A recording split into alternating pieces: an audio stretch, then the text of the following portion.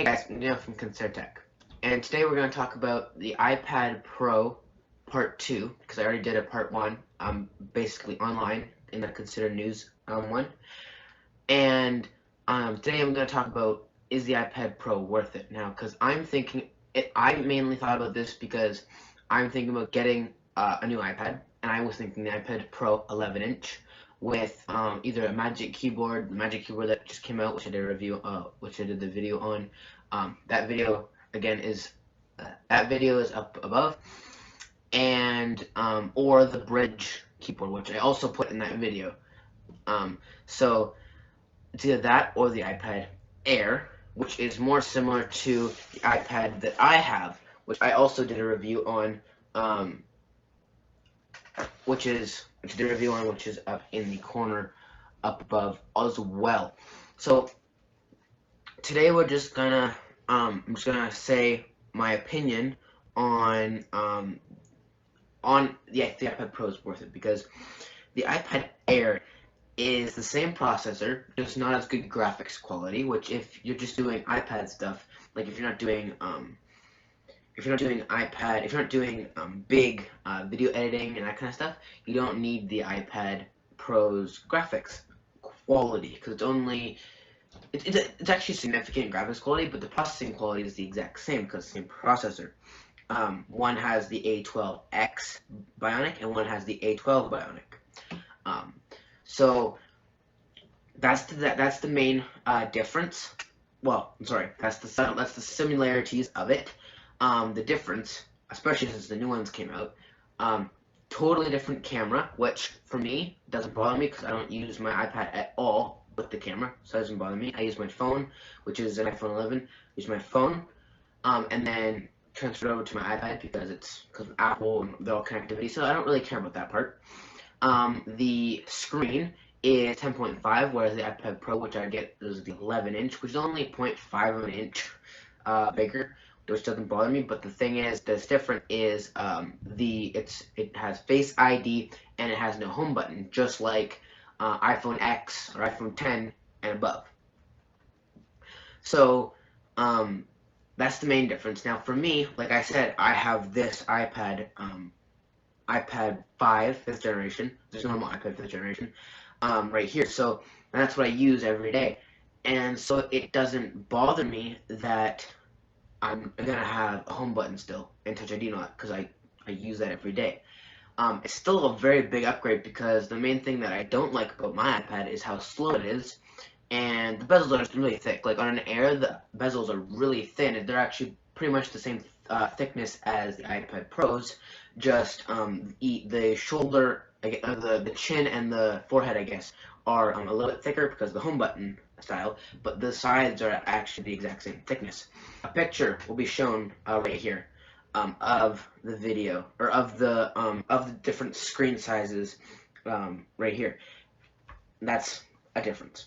Second difference is the connectivity. Like for the iPad Pro, it's the Magic Keyboard, which is okay. The iPad Pro Magic Keyboard is $299 American, $399 Canadian.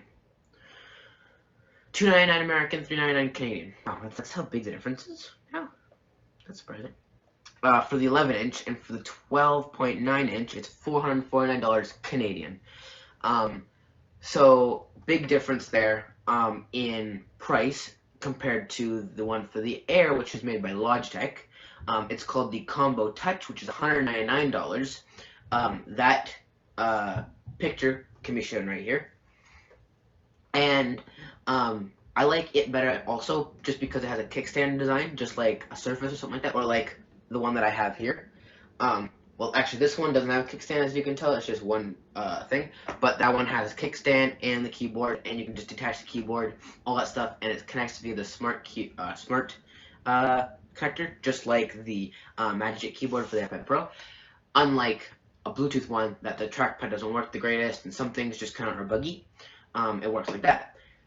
Second of all, the pen. So the second generation pen works for the iPad Pros because it magnetizes to the top. This one is just the pen, which I also have a review of up in the link right there. But this is the one that I'll be using anyways, so I don't have to buy a pen. But when I do want to buy the Apple Pencil, I'm gonna have to buy if I get the Air, I'm gonna have to buy the one that's very similar to this, which is the first generation iPad or Apple Pencil, which goes into the Lightning port. Whereas the new one charges via the top of the iPad Pros via the magnets. So you never have to worry about it being empty and that kind of stuff. Which leads me to my next thing of the Lightning port.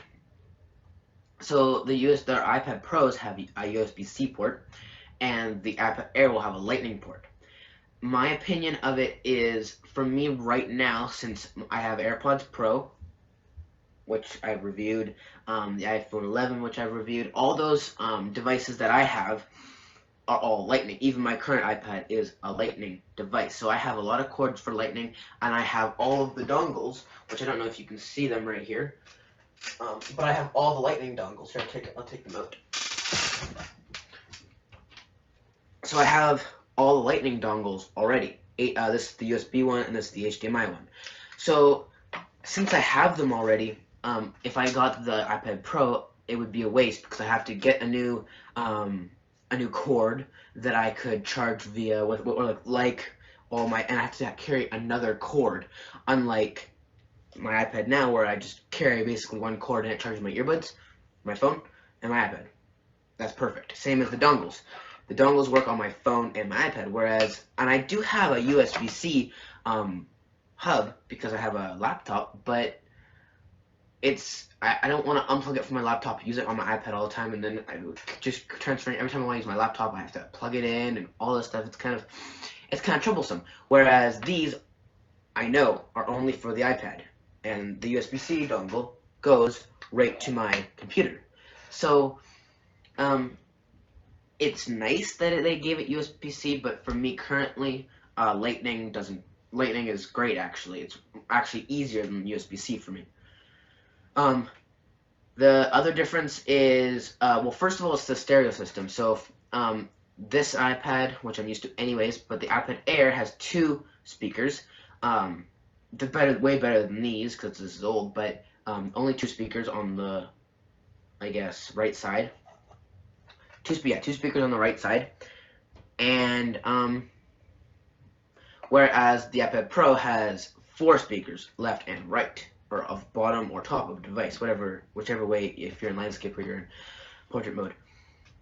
But the iPad Air still has a headphone jack, whereas the iPad Pro does not anymore. And also, going back to that USB-C hub, the one that I have, I don't have a headphone jack on there. So again, another thing that I have to buy. Yes, I have AirPods, but it's another thing that you have to buy, like my Beats headphones that I have, that I also did a review on. There might be a lot of reviews in the info card, actually, by now. But those Beats won't work. They'll be pointless. They'll work from my iPhone because I have a Lightning to dongle. I have a Lightning to headphone jack dongle. But it's whatever. Whereas it has USB-C, and the Air has a headphone jack anyways. So it's just easier to do if I needed to do quick video editing, or if I needed to do some mixing on GarageBand or anything really like that.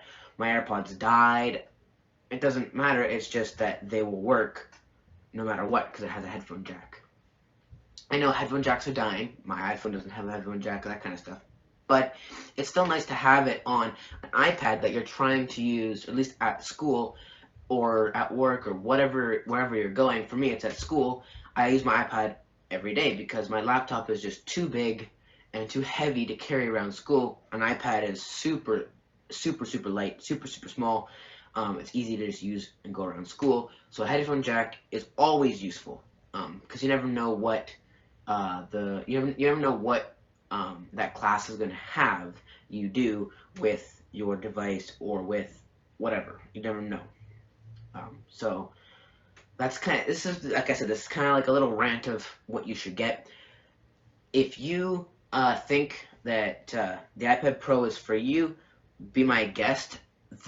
For me, though, it's just the iPad Air makes more sense to me. Again, it's also the fact that a 256 gigabyte which is what I would get, just because my iPad that I have now is 128 gigs and it's getting a little full, and 256 gigs is basically what my laptop has, and that's perfect because I watch movies on there. I put everything onto my iPad, so 256 gigs is a good amount of storage. It also is the highest that the Air has, so that's a bit of, I wouldn't say a problem for the Air, but it's just what it goes up to. So doing the exact same thing, the iPad Pro 256 gig goes for, this is Canadian, by the way, space gray, of course, 256 gig is Wi-Fi. I'm not a big cellular guy, so I'm not gonna get a cellular, but that kind of thing is $1,179 Canadian for the iPad Pro 256 gig, whereas the iPad Air 256 gig space gray is Wi-Fi $849. So that's $330 that you're saving by getting the iPad Air.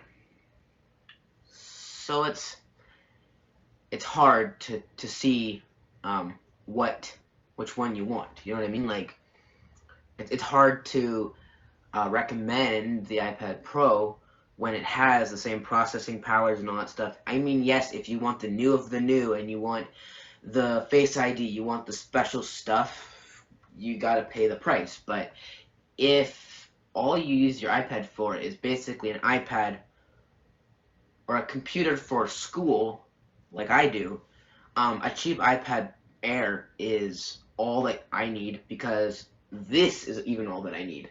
It's getting old and the processing power is not there. So the new version of it and the new upgrade version of what this is the iPad Air. Yes, I know you're kind of saying, well, you could get the iPad 10.2 inch, I think it is now.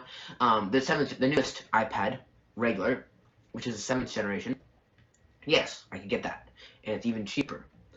But it's getting an A10 processor, and the one that's in here is an A9 processor, so I'm not upgrading much. Whereas this is the A12 processor. The iPhone 11 has an A13 processor, so it won't be as good as my iPhone 11 still, but it kind of will, because the A13 and the A12 processor are pretty much the same.